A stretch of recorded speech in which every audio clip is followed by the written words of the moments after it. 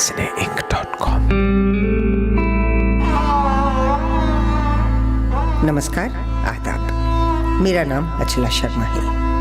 आज 24 मई 2018 की शाम हम सब मौजूद हैं लंदन में भारतीय उच्चायोग के सांस्कृतिक केंद्र नेहरू सेंटर में, जहां समार्ट्स की तरफ से विमेन इन म्यूजिक फेस्टिवल की शुरुआत हो रही है। और आज की कलाकार हैं शेफाली फ्रॉस्ट। शेफाली की तारीफ में फिलहाल इतना ही कहूंगी कि जो गाती हैं मगन होकर गाती हैं। तो आज की शाम फिजा में सुर सजाने की शाम है। शेफाली हैं, उनके साथ तबले पर संगत कर रहे हैं केवल जोशी और बांसुरी पर रॉबिन क्रिश्चियन, और साथ में हैं कुछ सूफी शायरों की बेहद खूबसूरत रचनाएं। उनके जरिए बातें होंगी शाह तुराब अली कलंदर, मीराबाई, शाह हुसैन और शिव कुमार बटालवी की। सूफीज़्म क्या है, सूफी शायर क्या कहता है, क्या कहना चाहता है, इसका तारुफ भी संगीत से ही होगा। लेकिन पहले 18वीं सदी के सूफी शायर शाह तुराब अली कलंदर का ये कलाम समाअत फरमाइए।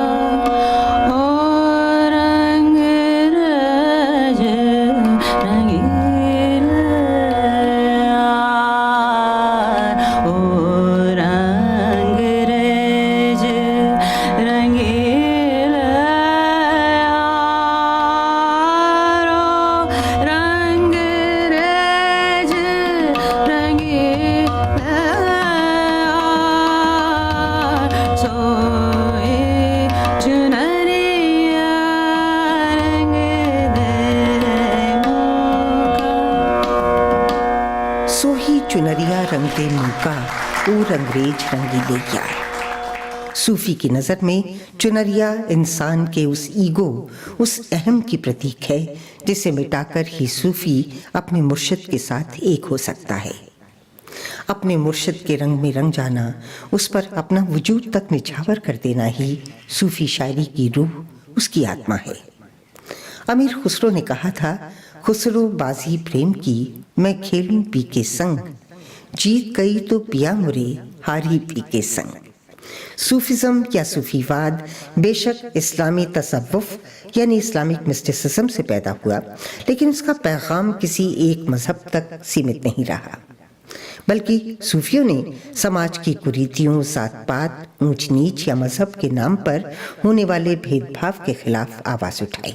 12वीं से 13वीं सदी में ख्वाजा मोइनुद्दीन चिश्ती, बाबा फरीद उर्फ फरीदुद्दीन गंजे शकर और कुतुबुद्दीन बख्तियार काकी जैसे कई बड़े सूफी हुए, जिन्होंने आने वाली सदियों तक अरबी, फारसी, तुर्की, उर्दू, पंजाबी और सिंधी में शायरी करने वाले सूफियों को मुतासिर किया। इन तमाम सूफी शायरों ने मजहब से ऊपर उठकर प्रेम का संदेश दिया। 13वीं और 14वीं सदी में फारसी के सूफी शायर मौलाना जलालुद्दीन रूमी और भारत में अमीर खुसरो यही पैगाम दे रहे थे। अमीर खुसरो निज़ामुद्दीन औलिया को अपना वली मानते थे। भारत में 14वीं से 17वीं सदी तक हिंदी कविता के भक्ति काल में संत और सूफी कवि साथ साथ एक दूसरे से मुतासिर होते हुए अपनी शायरी से सामाजिक और धार्मिक दूरियों को बांटने की कोशिश करते रहे।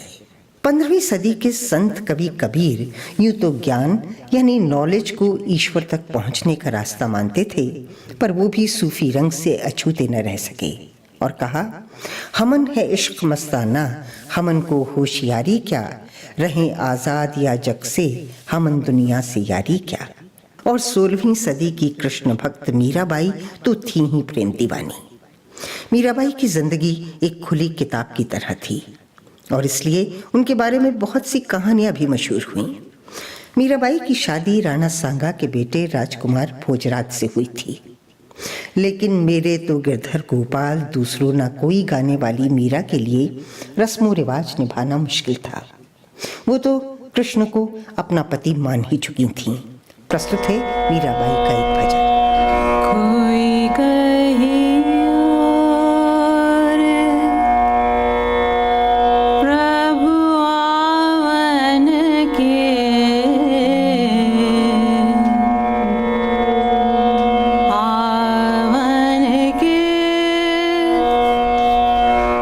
मन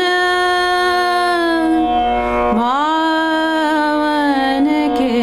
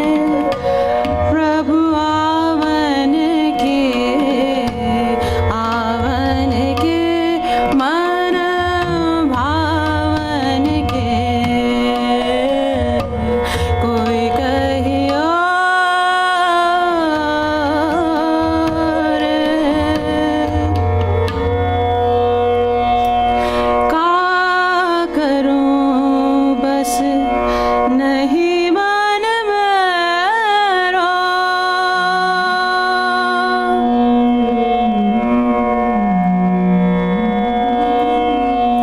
का करूं बस नहीं मन मेरो पाख नहीं उड़ जावन के पाख नहीं उड़ जावन के मेरा क्या प्रभु कब रे मिलोगे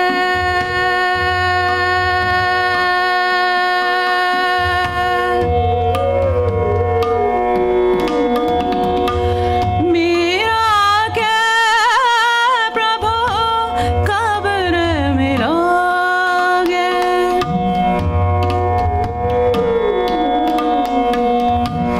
चरे भाई तेरे दामन के कोई कहियो रे प्रभु आवन के मन भावन के कोई कहियो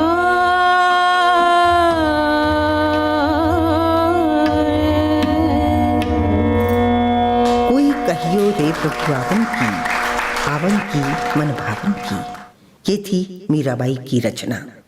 कहा जाता है कि पति की मौत के बाद मीराबाई मंदिरों में जाकर गाने और नाचने लगी। राजघराने की बहू के ऐसे चाल चलन पर उंगलियां तो उठनी ही थी, पर मीराबाई ने किसी की परवाह न की। ये भी कहा जाता है कि उन्हें मारने की कोशिशें हुई, लेकिन मीराबाई का बाल भी बांका न हो सका।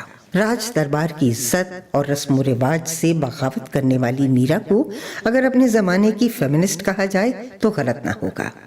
उन्होंने संत कवि रविदास को, जो पेशे से मोची थे, अपना गुरु बनाकर जात पात और ऊंच नीच की सामाजिक मान्यताओं को भी ठुकरा दिया। मीराबाई के बाद एक बार फिर शाह तुराब अली कलंदर। उनके बारे में बहुत सी दिलचस्प बातें हैं, लेकिन उन बातों से पहले उनका ये कलाम सुनिए। चढ़ के अटा पर देख सखीरी, कोई आवत है कागा बोले। वही इंतजार, वही बेताबी जो अभी मीराबाई की रचना में आपने देखी। शेफाली फ्रॉस्ट।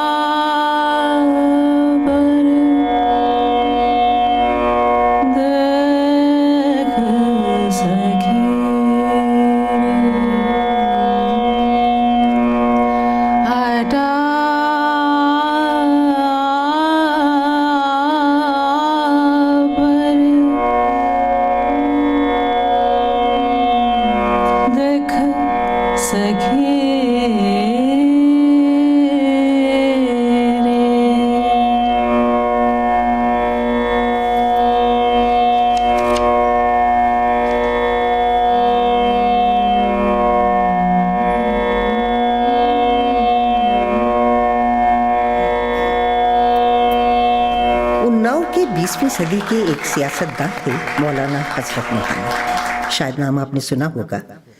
1875 में पैदा हुए, 1951 में चल बसे। हजरत मोहानी ब्रिटिश राज के दौरान गांधी जी के ज़माने में इंडियन नेशनल कांग्रेस के प्रेसिडेंट भी रहे थे। 1921 में इनकलाब जिंदाबाद का नारा भी उन्हीं का दिया हुआ है। मौलाना हजरत मोहानी 5 वक्त के नमाजी थे और शायर भी थे। उनकी बहुत सी गज़लें मशहूर हुई, जिनमें एक है चुपके चुपके रात दिन आंसू बहाना याद है, हमको अब तक आशिकी का वो ज़माना याद है। मौलाना हजरत मोहानी की एक ख़ास बात और है, वो कृष्ण के मुरीद थे और इसलिए जन्माष्टमी पर मथुरा जाना अपना फ़र्ज मानते थे। एक शेर है, हसरत की भी कबूल हो मथुरा में हाजिरी, सुनते हैं आशिकों पे तुम्हारा करम है खास। शायद ये कहना गलत ना हो कि कृष्ण भक्ति एक तरह से उन्हें अपनी मिट्टी, अपने इलाके की फिजा से मिली। हजरत मोहानी उन्नाव ज़िले के रहने वाले थे और वहाँ से कुछ ही मील दूर लखनऊ ज़िले में एक छोटा सा कस्बा है काकोरी। वही काकोरी जहां ब्रिटिश राज के दौरान 1925 में आज़ादी के मतवालों ने एक रेलगाड़ी लूटी थी। वही काकोरी जो अपने आमों के लिए और कबाबों के लिए मशहूर है, लेकिन ख़ास मशहूर है शाह तुराब अली कलंदर की दरगाह के लिए, जो मुसलमानों और हिंदुओं दोनों के लिए मुक़द्दस जगह है। तो हजरत मोहानी से लगभग 100 साल पहले काकोरी में सूफ़ी शायर शाह तुराब अली कलंदर हुए, जो बहुत बड़े कृष्ण भक्त थे। और शाह तुराब अली कलंदर को कृष्ण भक्ति विरासत में मिली अपने वालिद साहब से, जो खुद एक वली और सूफी शायर थे। यूँ तो शाह तुराब अली कलंदर फारसी, उर्दू, संस्कृत बहुत सी भाषाएं जानते थे, मगर श्री कृष्ण की शान में जो भी लिखा उसमें स्थानीय बोली का रंग था। उनके कलाम में वृंदावन है, गोपियाँ हैं, कन्हैया है और है भाग। तो पेश है उनका लिखा भाग, जिसमें मुरीद की अपने मुर्शिद के साथ होली खेलने की तमन्ना प्रतीक है उस मंजिल की, जिस तक पहुंचने के लिए भक्त ने अपने अहम, अपने मैं को मिटा डाला। होली प्रतीक है उस आखिरी मिलन की, उस रूहानी मुलाकात की, जिसके लिए उसने सारे जग से मुंह मोड़ लिया। एक बार फिर शिफाली फ्रोस्ट।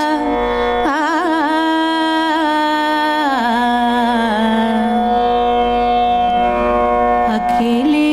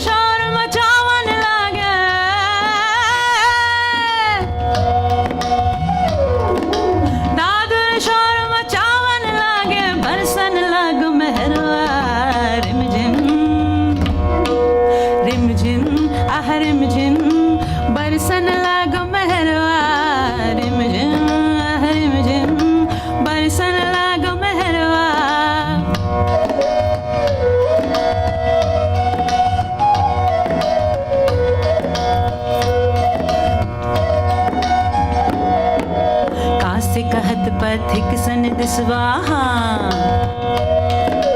कास कहत पथिक सन दिसवा पीहू आई है सावन लागे पीहू आई है सावन लागे दादुर शोर मचावन लागे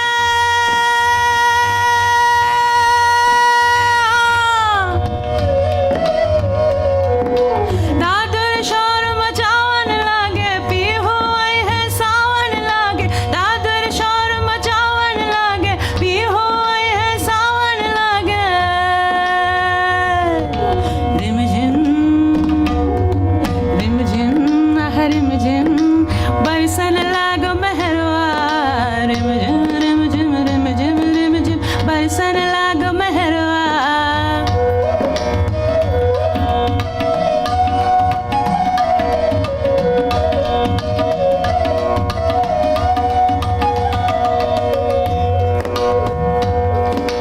फिर सखी ऋतु बरखाई फिर सखी ऋतु बरखाई लागो पपीहा पियो की रटमा शोर करत है कोयलिया काने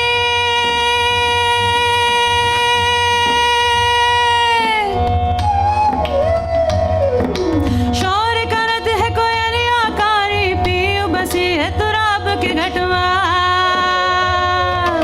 अरे पियो बसी है तुराब के घटमा रिम झिम बरसन लाग महरवा रिम झिम बरसन लाग महरवा रिम झिम बरसन लाग महरवा रिम झिम बरसन लाग महरवा। इश्क और सावन का रिश्ता पुराना है जो कविता में कालिदास के मेघदूत से चला आ रहा है। कहीं सावन पिया मिलन की आस जगाता है तो कहीं पिया की गैर मौजूदगी के एहसास को गहरा करता है। हर युग के कवियों ने घिरती हुई घटाओं, गरजते बादलों, कड़कती हुई बिजली और रिमझिम बरसते मेह की शक्ल में विछोह की तड़प, कसक, इंतजार, मिलन की आस जैसी भावनाओं को बयान किया है। घिरती हुई घटा देखकर अमीर खुसरो ने लिखा था, आज बन बोलन लागे मोर, कोयल बोल डार डार पर, पपीहा मचाए शोर, ऐसे समय साजन परदेस गए बिरहन छोर। यानी कहीं बादल पिया के आने का संदेश लाने वाले दूत बनते हैं तो कहीं इंतजार की घड़ियों में मन को विचलित करते हैं। शेफाली की आवाज में अब सुनिए मीराबाई की एक और रचना।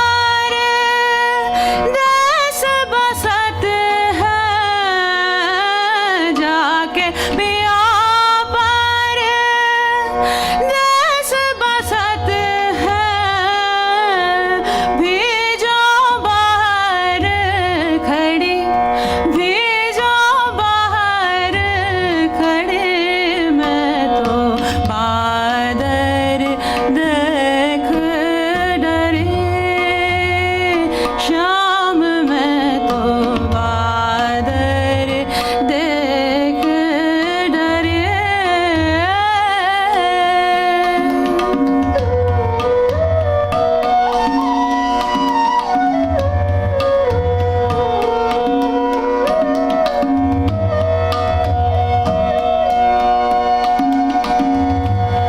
मीरा के प्रभु हरि अविनाशी, मीरा के प्रभु हरि अविनाशी, की जो प्रीत खरे, की जो प्रीत खरे, मैं तो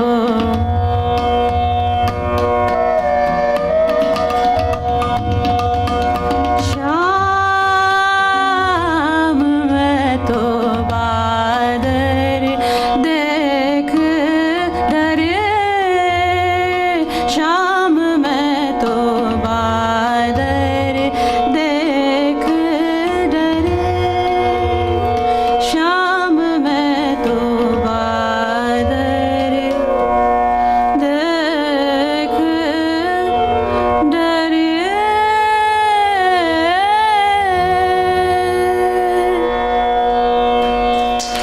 बादल देख डरी हो श्याम, मैं तो बादल देख डरी। एक तरफ इंतजार तो दूसरी तरफ डर।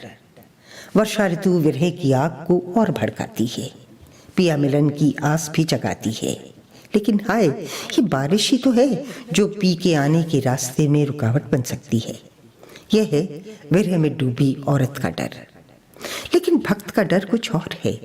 अपने इष्ट देव, अपने मुर्शिद तक पहुंचने के लिए अपने को पूरी तरह मिटाने का डर। जैसा कि कबीर ने कहा, जब मैं था हरि नहीं, अब हरि है मैं नहीं। प्रेम गली अति सांकरी, तामे दो न समाए। भक्त को मालूम है ये डगर बड़ी कठिन है। उसे ये भी मालूम है कि इस रास्ते में कोई साया तक नहीं मिलेगा। लोग उसके इश्क को, भक्ति को जुनून समझेंगे, दीवानगी कहेंगे। और सबसे बड़ा डर ये कि सारी दुनिया छोड़कर जिसे पाने के लिए उसने कदम बढ़ाए हैं वो कौन है। ये डर सूफी शायरी में कई तरह से बयान हुआ है। कहीं शादी के बाद माँ बाप का घर छोड़ने का डर है, कहीं प्रेमी से बिछोड़ने का डर, तो कहीं अपने अस्तित्व, अपने वजूद को जलाकर राख कर देने का डर। ये डर उस रास्ते का है जिस पर से गुजरकर अकेले ही उस पार जाना है जहां उसे रूहानी या आध्यात्मिक प्रेम हासिल होगा। लेकिन मुरीद जानता है कि ये कोई आसान रास्ता नहीं, एक आग का दरिया है और डूब के जाना है। इस जज्बे को 16वीं सदी के सूफी शायर शाह हुसैन ने भी बयान किया है। शाह हुसैन लाहौर के रहने वाले थे। पंजाब और सिंध की ज़मीन से और भी कई बड़े सूफी शायर पैदा हुए, जिनमें बुल्ले शाह, शाह अब्दुल लतीफ़, सुल्तान बाहू और वारिस शाह के नाम बड़ी इज्जत से लिए जाते हैं। शाह हुसैन सराइकी ज़बान में शायरी करते थे। माना जाता है कि उन्होंने सराइकी में काफ़ी की शुरुआत की, जिसकी रिवायत को 18वीं सदी में पंजाबी के सूफी शायर वारिस शाह ने पुख्ता किया। तो पेश है शाह हुसैन का कलाम।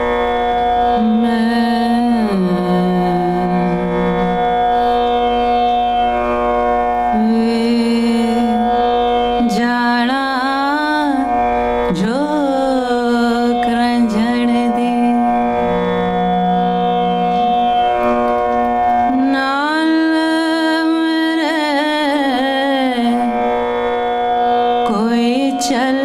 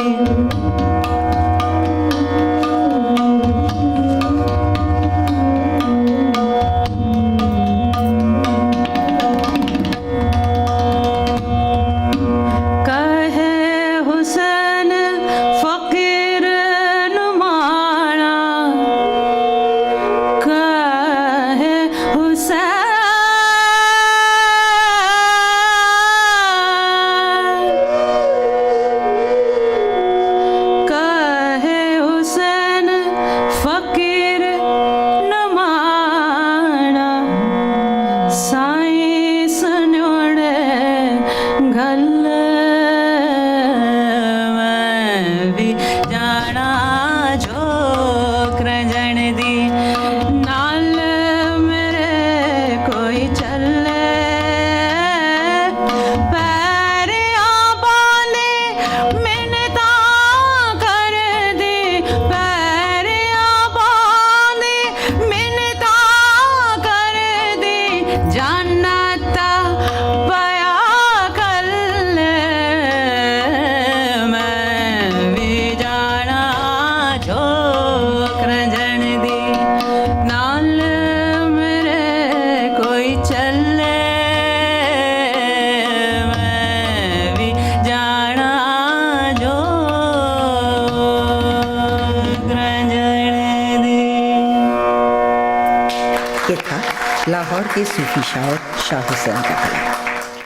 शाह हुसैन के उर्स पर आज भी लाहौर में मेला चरागां लगता है। माना जाता है कि सूफी की मौत का दिन अफसोस मनाने का दिन नहीं बल्कि खुशियां मनाने का दिन है, जश्न मनाने का दिन है, क्योंकि वो दिन मुरीद के अपने मुर्शिद से रूहानी मिलन का दिन है। इसीलिए दिल्ली में हजरत निजामुद्दीन औलिया की दरगाह में उनके उर्स पर हर साल जश्न होता है, मेला लगता है, कव्वालियाँ होती हैं और हर जात, हर तबके, हर मजहब के लोग वहाँ नजराने अकीदत पेश करने आते हैं। सूफियों की नज़र हिंदू, मुसलमान, सिख, ईसाई के बीच फ़र्क नहीं करती और न ही उन्हें मानने वाले लोग सूफी संतों को किसी एक मजहब से जोड़कर देखते हैं। यही वजह है कि ख्वाजा मोइनुद्दीन चिश्ती की दरगाह अजमेर शरीफ में दूर दूर से हर धर्म के लोग अपनी अपनी मुरादें लेकर आते हैं।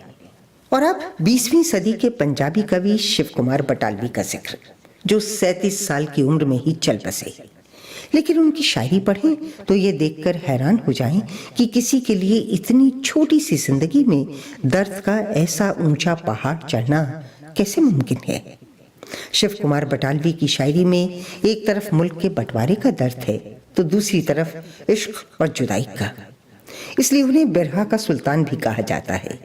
शेफाली ने शिव कुमार बटालवी को इसलिए शामिल किया क्योंकि उनकी कविताओं में विरह का रंग गाढ़ा है और विरह के बगैर सूफी शायरी का तसव्वुर भी नहीं किया जा सकता। शिव कुमार बटालवी ने बहुत सी ऐसी नज़में लिखी जिनका मिजाज सूफियाना है, जैसे माए निमाए मैं एक शिकरा यार बनाया, उदे सिरते कलगी ते पैरी चांजर वो चोक चुगिंदा आया। शेफाली फ्रॉस्ट की आवाज़।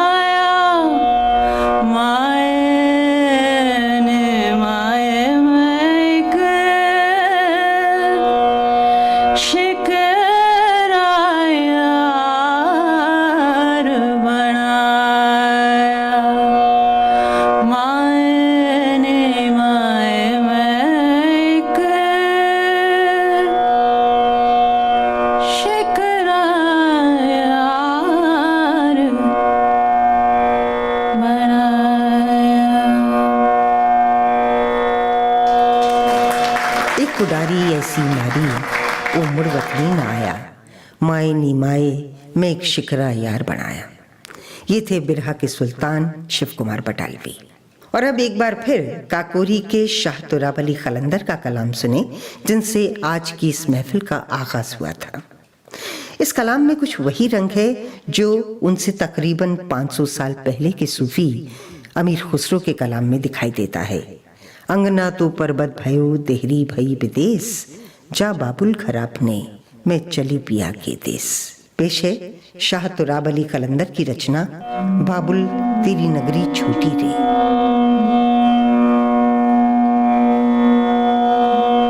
अब तो चले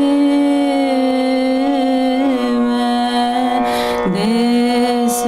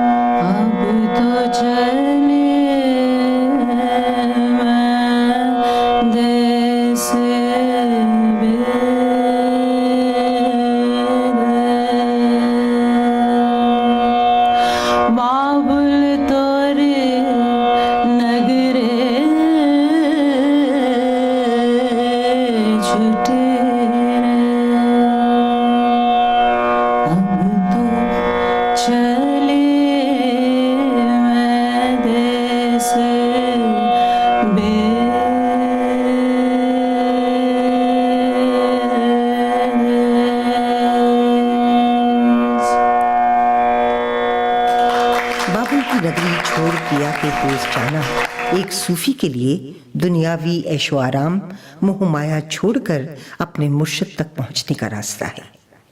शाह तुराब अली कलंदर के इस कलाम के बाद आज की महफिल के आखिर में एक बार फिर शेफाली पेश कर रही हैं लाहौर के सूफी शायर शाह हुसैन का कलाम। मायनी मैं किन्नू अखां दर्द विछोरे दा हाल। वही भाव है जो मीरा के उस पद में दिखाई देता है कि मायरी मैं कासे कहूं पीर अपने जिया की।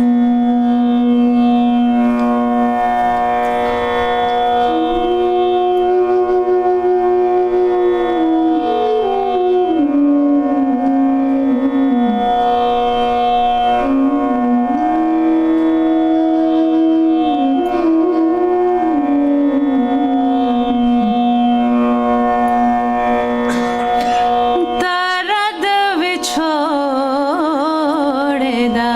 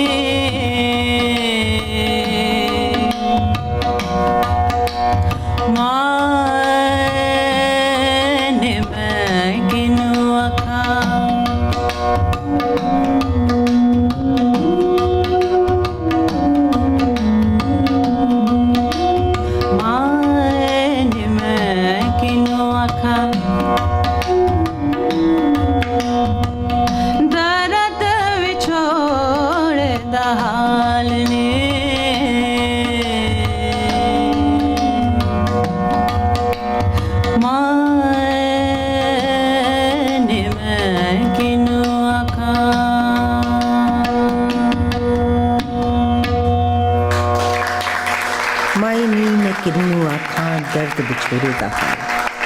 अपने पिया, प्रियतम, यार, मुर्शिद, अपने इष्ट देव से बिछड़ने का, उनसे दूरी का दर्द किससे कहूँ माँ। ये थे शाह हुसैन। लंदन में भारतीय उच्चायोग के सांस्कृतिक केंद्र नेहरू सेंटर में आज की शाम का आयोजन समा आर्ट्स ने किया। समा आर्ट्स के विमेन इन म्यूजिक फेस्टिवल के तहत आज की कलाकार थीं शेफाली फ्रॉस्ट। उनके साथ तबले पर संगत कर रहे थे केवल जोशी और बांसुरी पर रॉबिन क्रिश्चियन। ज्यादातर रचनाओं को खुद शेफाली फ्रॉस्ट ने संगीतबद्ध किया। शिव कुमार बटालवी की नज्म माए नी माए में एक शिकरा यार बनाया की संगीत रचना जगमोहन जोशी ने की थी। ये कार्यक्रम आप तक पहुंचाया सिनेइंक.com और रेडियो मंजिल ने। मुझे अचला शर्मा को इजाजत दीजिए। नमस्कार। सिनेइंक.com